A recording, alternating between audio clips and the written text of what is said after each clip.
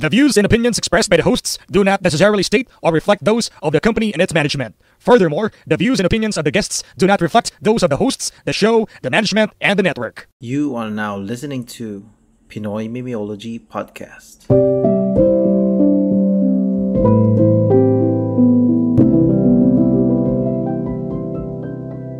PMP Secret Files. Welcome sa ika-369 episode ng Buhangin Brothers.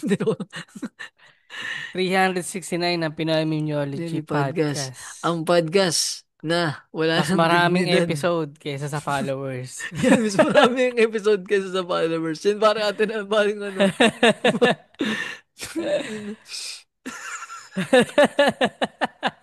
Real talk lang, pare. Wala man talaga. Alam nyo mga ex, kung ano lang kayo, 30 pieces lang kayo, feeling ko.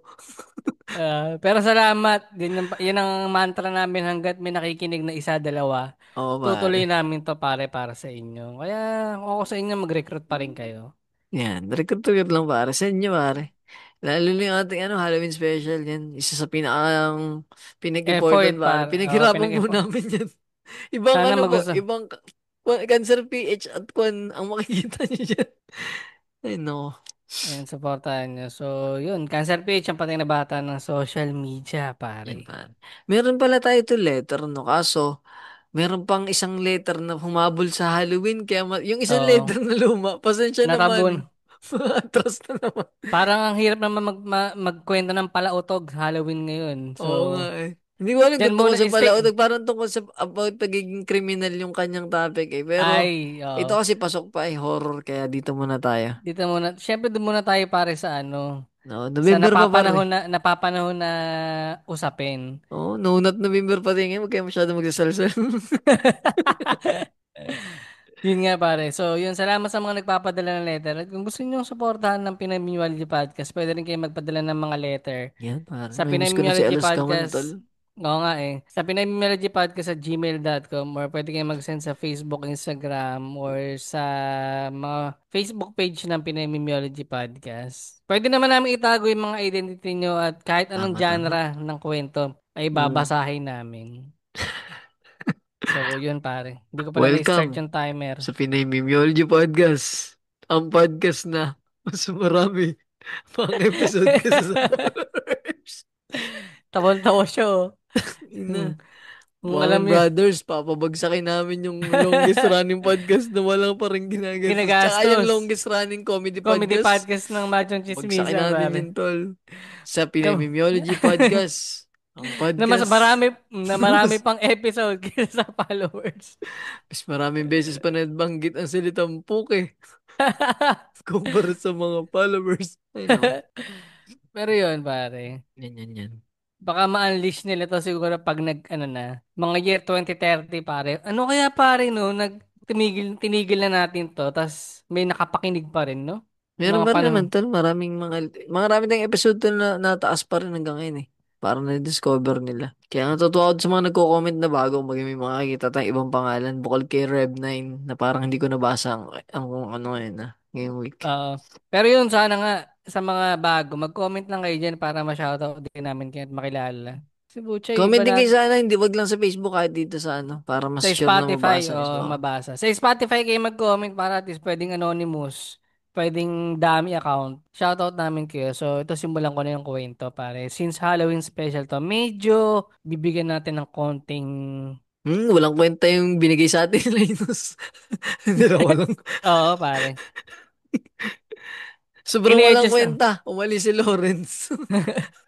Nag-resign na Yan. po para. Ay, yun pala. Sa mga ex-con, pasensya na kung napansin niyo si Lawrence Sigismundo po ay nag-resign na Mm. sa podcast na to. Kasi ano eh, mas inunan niya yung trabaho niya eh. Mali yun. Sa aming moral compass ay mali yun. Dapat una podcast bago trabaho. Yan, nakatikim ng pera, pre, na alaman niya na 2 taon na pala siyang ginagago ng podcast. Ginagamit siya ng libre. Tapos wala mo siya nakihita. Yun. Natawa na si pare. So, yun. Opening po kami ngayon. Opening ang Oo, baka sino gusto mag-apply na isang co-host pa dyan, pare. Anong ano, requirements? may ano lang tol, di ba? May referral entrance na magkano ngayon? May referral bonus, pare. Tsaka yun, pag gusto mo magpa-register, may registration fee lang. Ano ata, 10K nga. Baka tignan 1,000 tayo. 10K pare, pwede ka na. Ikaw yun Kahit na, ano. ikaw nang papad kay Lawrence. Yan, Yan 10K. pa. So, simulan ko na yung kwento pare. Wala pang title pero ito yung sabi niya. Dear PMP Boys, Makikintay ito Lawrence. good evening po. Matagal na akong listener ng podcast nyo. Lagi kong pinapakinggan bago matulog, lalo na kapag tahimik na dito sa dorm. Dorm na naman pare. Parang sila yun din na nag-send yun na. Feeling nyo sa dorm Linis, pinagloloko mo ba ako? May kategory ba sa porn na dorm? Search nga Oo. natin. Pero Meron yan ngayong para. gabi, Meron. hindi ako nakikinig para matulog. Nagsusulat ako kasi gusto ko lang mailabas tong nangyari. Baka sakaling may makaintindi. Second year student ako dito sa Maynila at ilang buwan pa lang ako sa dorm na to. Luma na siya. Yung tipong may amoy kahoy na sa sahig at maliliit na bintana. Pero mura siya at malapit sa campus kaya kahit medyo creepy, carry na. Ganyan talaga yung mga, ano yun, yung mga mura may amoy. Amoy kahoy na yun. Tama yung Yung mga iba may pokpok sa kalambang patis. tigto 200 na Ah. may kahoy yan. Di ba yung kwento mo sa akin? Nag-PM ko eh. Di joke lang. Noong una, wala naman akong napapansin. Minsan lang, parang may naglalakad sa hallway kahit curfew na. Akala ko roommate ko yun. Pero lagi niyang sinasabi na hindi siya lumalabas. Hindi ko pinansin, baka kapitbahay lang. Hanggang isang gabi, nagising ako dahil may tumunog na marahang katok sa pinto namin. Oo. Tok, tok, tok. Tingin ko mga 2:00 yun ng madaling araw. Shopee po. Lala mo po, hindi ko alam kung bakit pero parang may boses sa isip ko na nagsasabing huwag kong buksan. So, hindi ko binuksan. Kinabukasan, tinanong ko yung dorm manager kung may nagche-check ng rooms. Pero sabi niya wala naman iha. Baka panaginip lang. Dumaan pa ang ilang araw. Nagsimula na yung amoy. Amoy basa, amoy luma. Si yan. Tangina ka. Tangina ka, hindi nagkasalita yung tao. Pero may halong kakaibang asim. Parang lumang damit na hindi natuyo. Nakakapikon yung lumang salita eh. Ako kasi napikon na ako. Ito ano nga to. Pinagdiinan mo yung Akala salitang ko, luma eh. oh, akala ko sa labahan lang. Pero kahit sa kwarto ko mismo, naamoy ko na. Isang gabi, habang nagre-review ako, bigla kong narinig yung bed frame sa kabilang kwarto. Parang may gumagalaw. Totoon Mabigat, yung roommate mo. mabagal, tapos may bumulong. Hindi ko maintindihan kung anong sinabi pero siguradong babae yung boses. Pagtingin ko sa orasan, 3:12 ng madaling araw. Ang nakakakilabot boys, mag-isa lang daw nakatira sa kwarto na yun. Kinabukasan, nagtanong ako sa dorm mates ko. Tahimik lang sila pero may isa, si Nina, lumapit sa akin at bumulong. Naririnig mo rin pala siya, ang sabi. Oo. Tapos, umalis lang siya bigla. Hindi ko alam kung anong ibig sabihin niya. Nang sumunod na gabi, hindi na ako nakatulog. Parang may mabigat na presensya sa kwarto. Alam mo yung parang may nakatayo sa sulok. Hindi ko man makita, pero ramdam ko Mm. hanggang sa narinig ko ulit yung boses mahina. Parang nasa ilalim ng kama. Chikash! Paka-shout! Resourceful Manila. Asya, wag mong isara yung ilaw. Ay, Kinabukasan, lights on pala to. Yung multo lights on. sex, Tito Boy, sex. Ano naman may bagong video ni Robby? Oo, Mabait ngayon na. pare. Mabait ngayon na. Omino eh, na-tame eh. Kalma siya eh. Mm-mm. Kinabukasan, nagpaalam ako sa dorm manager. Sabi ko, aalis na ako. Hindi pa tapos ang kontrata, tahimik lang siya. Pero bago ako lumabas, sabi niya, sana hindi mo siya ginising. Oo, lintik na yan. Mag-aaral ka lang, nakakagambala ka pa. Hanggang ngayon, boys, hindi ko alam kung anong ibig sabihin niya. Pero gabi-gabi pa rin, kahit lumipat na ako, naririnig ko pa rin yung tok tok tok sa pinto. At minsan, sa tuwing papatayin ko ang ilaw, parang may boses na bumubulong ulit. Asya, huwag mong isara yung ilaw. Kaya siguro nagsusulat ako ngayon, baka sakaling kapag narinig niyo to sa podcast nyo, malaman kong hindi ako yung nakakaramdam o baka marinig nyo rin siya. Tang ina ng damay ka, magago ka. Tigil eh. Okay na yan, kaya mo na yan mag-isa. Mag-edit pa ka mamaya pagkatapos nito gago. Aray ko, Tang yun ina na yung gago yun ah. kwento ni Asha, pare. Ano yun, yung hindi ko masyado nag-get yung ano. Nasa kabilang kwarto ba? Oo, meron siyang sa kabilang kwarto, meron daw isang dormmate din na ano, Ah, lumapit daw sa nakakarinig. kanya. Oo, na parang sinabi na naririnig mo din pala siya. Sino yun? Ano yun kaya? Ano ba pagkakagets mo? Ano yun? Huwag daw Paano isara niya? yung ilaw eh. Paano niya nagising? Oh, yun pa, paano mo nagising? Ibigay natin yung konteksto na dorm, pare. Ano bang mga nandun sa dorm? Bukod sa landlord, yung mga nagda-dorm, Tulad no, mga natuyong tiyanak sa pader. mga Mga naiputok natuyong sa bibig, tamod. Mga tamod na namatay sa mga towel. At nilunod sa inidoro. Nilampaso sa sahig. mga tiyanak na natuyo sa medyas, sa Yan. panyo, At sa puno ng saging. at sa hollow blocks. Hinalom na. Tigas nun. Paano nga kaya pag may nag-mutate na puno ng saging, no? Sa Sa buhay, no? tao, naging tao, no? Si Tong Tong Eh, Tong putang Sahur. na yun pala isa ko gagamitin ko yung isang kalaban sa ano. Sa ginagawa kong comics. Tapos siya naman yung nang Panay kayo, lagi nyo akong tinitira, ah. Oo, tapos yun yung kanyang, ano. Kasi yung Oh. titi niya parang yung isang bundle ng saging. Isang buwig, no? Pero yung weakness niya parang yung puso, naka-expose. Yung puso ng saging, yun ang ano niya Oo, pare. Script.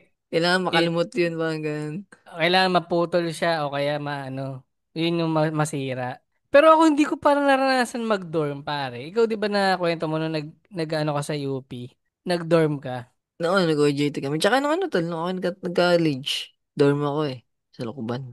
Yun ang di Pero ko hindi siya kaya more eh. on dorm. Mukha siyang bed spacer lang eh. So parang papasok, tutulog lang, ganun. Oo, tsaka yun, parang may... Oo, ganun din. May mga Tapos kasama sa lang kayo labas sa ka, kwarto. tas sa labas nakakain, ganun. Hindi, pwede rin naman dun. Pero kumbaga, ano. Hindi siya yung parang ka doon ng apartment na parang may sarili ka talagang bahay. May kusina ka, may ganito ka. Kaya ano eh, yung last Wednesday na sinasabi ni Lawrence na nag-iisip siya mag-dorm. Parang sa akin, ano rin siya eh. Hindi ko siya option. Unang-una, parang hindi rin nga ako sanay na may, ibang kasama sa kwarto. 'Di ba minsan usually ganun eh. Oo. Ang hirap ka din gumalaw pagka, ano. Pag ganun, pre. Stranger pa yun sa una. Oo. Siguro pwede kung magbabarkada kayong magkakasama. Oo, Simula, yun. halimbawa, magkakabarkada na kayo matagal na, tapos nagkayayaan lang kayo mag-apartment para makatipid o kaya mag-dorm. Pwede, pero yung sabihin mong Parang tuto pupunta na ka lang kayo. doon, pwede, yun ang maganda nga doon, sabay-sabay kayo. Ang At least ina. hindi nakakailang kaysa sa strangers. Nagka-apartment lang para may kantutan ngayon libre. Papunta na naman tayo sa Lintik. horror to, pre. Ay, sorry, sorry. Horror to pinag-uusapan natin eh. Na ano naman, nadungo na naman sila alas. Pero sa mga ex ko nga, may kwento ba kayong dorm na creepy? Pwede nga rin ipadala sa amin para masundan natin tong Mm. November episodes na more on kwentong katatakutan muna. Si Japan tol, sana magpadala ng Japan Venture si Alaska man tas horror, no? Hindi naman ano. Oo, feeling ko Feeling ko dami. marami dong mga ano eh, creepy shit. Dahil sa tsunami. Naalala Oo. ko pre nung merong meron akong napanood na docu. Naalala mo yung nagkaroon ng tsunami sa Japan, tas nasira yung nuclear nila. Ewan Mm. ko kung saan banda yun. Pero parang yung isang buong lugar ng area ng nuclear, na wash out men. Ano ata yun tol, parang hinagisan sila ng Amerika. Hindi ba yun? Hindi pre. Iba pa yun? Matagal na yun eh. Yung parang ano lang to eh, parang years ago lang na nagkaroon ng tsunami. Nakalimutan ko yung Ah, incident na oo. yun sa Japan eh. Dito lang. Tapos na-wash out yung buong community, men. Lahat parang dami namatay. Creepy nun, parang. Yung may mga ganyan palabas yan, yung tsunami na ano. Grabe yung taas ng tubig, building yan, oh. Yun, parang ganun ata yung nangyari nun. Tapos yung ano pa, habang sila naanod ng bahanan, makikita mo yung mga poste, tuktok ng poste, yun ang mga kakapitan mo. Tanga nagagis, sobrang taasan ng ano eh. Ngayon, ito yung nangyari, di na-wash out yung mga community ron sa Japan, pre. Nag-rebuild, men. Siyempre sa Japan, ang bilis makarecover eh. Naging maayos yung lugar. Mm. Kaso, yung ibang mga taxi driver doon, nakaka-encounter sila pre ng mga mga sumasakay Oo. na hindi matahimik na kaluluwa. As in, naikikwento talaga nila. Mga ano pa, ano, parang yun yung kwento ni Sir Ed na ano eh. Memories daw yun eh. Parang glimpse sa past, parang ganun. Oo, yun pala yung nabanggit nga ni Sir Ed sa The Call Files na Ano yung episode. dalawa siya eh. Yung intellectual tsaka yung, Energy na lang, pre. oh yung parang ganun. Sa bagay, yung mga tunog ng gripo, mga ganun. Nagaling na tunog sa past, ganun ba? So, technically, wala na talagang multo. Parang energy na lang siya. Oo. Ang may nakatatlong din mga elementals pare. Sila yung may capability na mag-harm, no? Oo, yung mga gumalaw, mag physical touch, ganun. Alam mo, minsan nga napapaisip din ako kung yung may mga ganong special power pero na nakakakita. Hindi ko alam kung maswerte ba sila o parang sumpa eh, no? Tingin mo, Pasumpa yun pre. pare. Noon, parang di ka mabubuhay ng normal eh. Oo. Gagawin kang memes eh. Di ba? Parang, Yan ang ganda ng kwento ni, paano nga ano eh. kasi kung nakakuha ka ng ganun pero hindi siya yung hanap buhay mo. Yun pa, yun pa. Gets mo? Oo. Kasi itong kay Sir Ed, parang ang nangyari, ginawa Nahanapan niyang niya ng hanap paraan buhay. maging hanap Oo. buhay. Eh, paano kung normal ka na gusto mo ayaw mo na nakabonet? Call center ka na pare. Oo, Tapos pre. may mga kasalubong ka, hindi mo pala yung mga katrabaho. Ikaw lang pala ang duty ng gabi na pare. Busy kayong lahat, pakiramdam. Ang ina-crazy nun. Tsaka ano yung tag dito. Ang ganda nga nung ano yung parang yung si Bungo, yung kay Bungo. Dati siyang parang basher. Tapos Mm. pinatunayan ni Sir Ed, puta, ang dali ka rito. Sa halip na magalit, no? Yun ang magandang criticism na parang hindi ka pikon pagka alam mong nasa I mean, parang totoo yung ginagawa mo katulad ni Ed. Mm. Actually, kay Ed Kaluwag, parang meron lang talagang episodes kasi sa KMJS na parang pinapahiya din siya, eh, no? Oo, yung mga nag-games mo ngayon. Basaan tubig. Yun, yung saka yung binabato yung bubong. Yung pala Oo. kapitbahay lang pala. Pero meron din daw siya nakikita. Parang ganun daw. Di ba parang Kaya, sinabi ni Sir Ed meron daw. Tapos yung pala, kapitbahay lang. oo, yun nga yun, pre, yung kapitbahay lang ng babatong. Kasi naglagay sila ng CCTV, ganyan. Napakawalang Pero, ngayon. Nagkakonklusyon na yung tao eh. Tapos binili naman sa CCTV. Tapos binabato pa nung kapitbahay. Malay mo, napag-utusan lang. para talagang no, masira. Pero hindi, napatunayan niya eh. Baka nga talaga may mga ganun, pre, yung may mga... Kasi hindi natin maipaliwanag din yung side nila eh. Dahil nga sila lang yung nakakaramdam at nakakakita eh. Dapat na lang siguro tayong pasalamat na hindi natin nararanasan. Day, Maging taba oo, lang ang pre. mga mata, no? Parang ganun din siya eh. Pero ikaw ba hiniling mo rin magka third eye? Dito, parang wala yun sa mga pangarap ko, pare. Ang mga pangarap ko ay time travel yan, pwede. Yung masilip yung past ay yung future. Pero yung magka-third eye, hindi, pare. Pwedeng third eye, tapos makikita mo yung one dimension, pare. Naka 4D ka na, pare. Ano kang feeling nun? Ano? Naka 4D ka. Ano kang feeling nun? Yung mga hindi nakikita ng normal na tao, nakikita mo, ano. Mm. Pero yung mga third eye ka ba, pare, pangarap mo magka-third eye? Hindi siguro pre, pero gusto ko lang magkapangyarihan nung dati. na nababaliw pa ako dun sa pinapagalaw yung mga bagay. Ito tol, may tanong ako. Telekinesis, pre. Dun Ayan, ako na ano. magkakaroon ka ng telekinesis pero ang payag ka, magkakaroon ka ng telekinesis pero inumin mo yung tubig ka na sa ano, sa cementerio, ganun. Putang ina, hindi na lang pare, salamat. Tol, telekinesis, ayaw mo? Pero katasaan, pero ano real talk pagka yung mga nasa sementeryo, yung mga nicho-nicho na patong-patong, yung mga apartment style, Ah, minsan pre may mga katas dun. yun nga Halimbawa, tol, tas hindi diretso sa mati kanal. yun Inumin nga mo. pre. Pero nangyayari talaga siya pre na minsan hindi maayos yung pagkakaselyado ng mga pagkakasil Oo. nung cover. May mga talaga pre, katas na lumalabas pre. Yung mga formalin shit, no? Tsaka yung Baka katawan. yung katawan no, tangina. Kaya saludo rin sa mga naglilinis sa sementeryo, pre. Payag ka, inumin mo yun. Di na pare, okay na pala ako maging normal. Ano ang tropa ko, yun nga, napatitig kami sa bayag ng baka, no? Biglang bumanat, ano, 200, sinong hihima sa natin?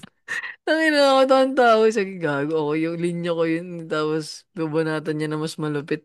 Ako kasi may ko mong ganun. Ayaw mo? Ayaw, sayang yun. Natutulong ba?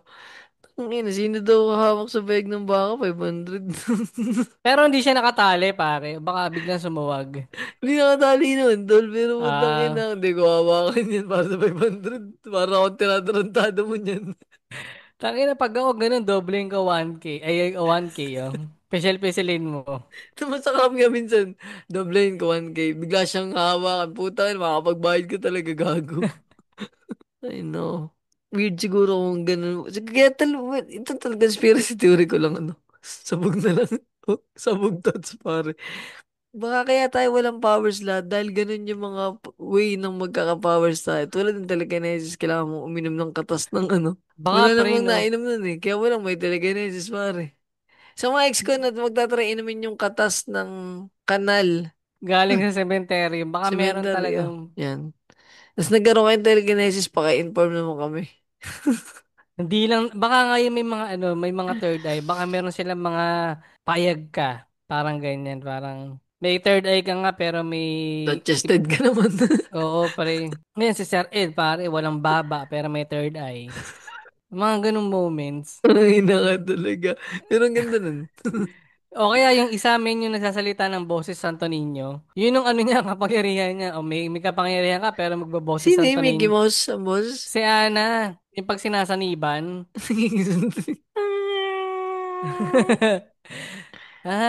Parang ganun siya. May lumiliit yung boses. Nanto ko kay ano, tol, napapakinggan ba ni Naya yung ano? Yung chiriri kong wala. Kinakanta nung isang araw, happy birthday, pero chiriri kong wala. Chiriri kong, chiriri kong. Tililikong kong kwaila. Kinakanta rin isang araw. Sige, oh, ano naman yan? Narinig ko doon sa pinapakinggan mo. Ashanti. Kaya siguro nagmumura ka na, Kaya kulpalis ka pala na rin. nagmumura.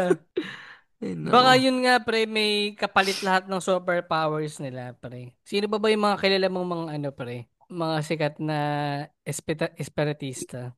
Si Rudy Baldwin, pare. Anong kapalit na Rudy Baldwin? Pangalan lalaki ka. Yun. Pero babae ka. Ay, na ano. Ay, yung isa daw, sino nga yung isa yung ano ni Rudy Si Baldwin ba yun? Nomer. Yung lalaki. Ay, yung babae. Ay, gagi babae yata si Rudy Baldwin na. Babae nga si Rudy Baldwin. Saka yung mga hula. Sino yung nagbaboses, ano?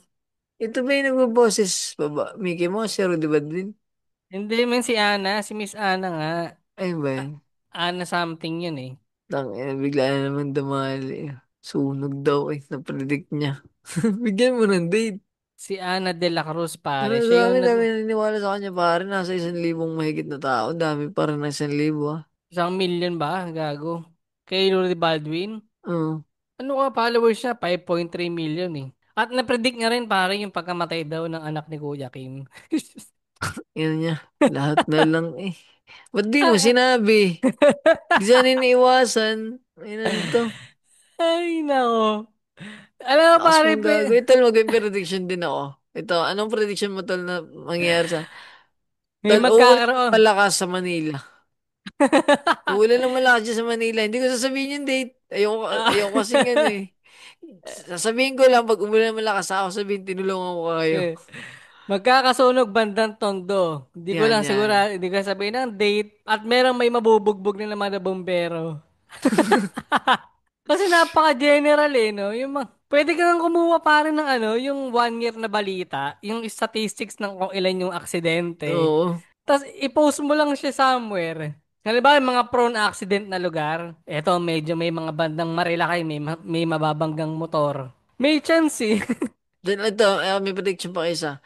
Isang veteranong artista magkakasakit.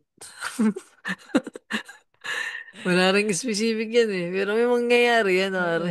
Merong isang 100 years old na politician, malapit na.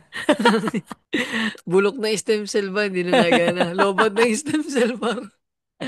Hindi na lumalaban yung stem cell, pare. Di Hindi ba? lobot yung stem cell. Ang buto. Napakadaling mag-post eh. Tapos i-post mo lang siya mga ganitong buwan. Andun lang siya sa archive mo, pre. Tapos saka lang siya lalabas sa'yo pagka ano na. Mm. Hindi, ang nakakawindang lang kasi talaga. Meron talagang mga naniniwala eh. Ito, yung sa Taal. Oo, Puputok at tol. puputok na talaga yan. Meron na siyang history eh. Malamang vulkan yan eh. Yun ang nakakatakot ano, bebe. Ano, Chocolate Hills, sabay-sabay puputok. Yun, yun ang pag ganyan prediction mo, tapos nangyari. Mm. Talagang bilib ako sa'yo, par pumutok yung Chocolate Hills. Tangin eh, parang ano eh. Mahulaan ko pag kumain ka ng bangus, matitinik ka. Kung ganun na ako nga, no? Wala kang probability nun. Mga ganun siyang tipo, yung ba may makakasalubong kang rugby boy sa kanto. Aalokin ka Magbubuksan ka ng ano sa 7-Eleven. at aalokan ka ng rugby at ikay makikijamming. Mga ganun tipo eh. Ganda ng joke ni Sir, ano ni Kuya JP din sa rugby na yan. Putang, ina yun, nakita ko pa sa Facebook. Nakakaano pala yung mga ano, ano nga yun? Mga batang hamog. Pag nagra-rugbing batang hamog, nakakaawa pala sila, ano. Dahil pala, tinapay binigay ko. Ang ina, gagong ganda. Ganda na magkakabali. Mm. So, yun sa mga Exxon kung sabog Nap moments pare. Napaka-random yun, no? Oo. So, yun. So, paki-rate na lang kami ng 5 sa Spotify. Follow nyo kami sa Facebook, Instagram, Oo. sa TikTok. At kung may kwento kayong dorm na may kwentong kababalagan, comment nyo lang dyan sa baba sa Spotify para mabasa namin. Kwentong hub, pare, baka pwede nilang ispotan. Yun lang. Tsaka Kwan at Yan. Cancer PH, follow niyo. Si Lawrence, pare, pagdasal natin na magtuloy-tuloy na. Yan pare. Pag sa natin makapasa siya sa training pare. So yan, Pinoy Meology Podcast sa Facebook. Follow nyo kami doon. Yan. Sa Spotify, maganda rin ma-follow nyo kami para doon. Ang podcast na mas marami Marami pa ang pang episode episode kaysa sa sa follower. followers. 1, So, 3, bye-bye. bye-bye. Safe, safe, ha. Salamat pare. Bones na.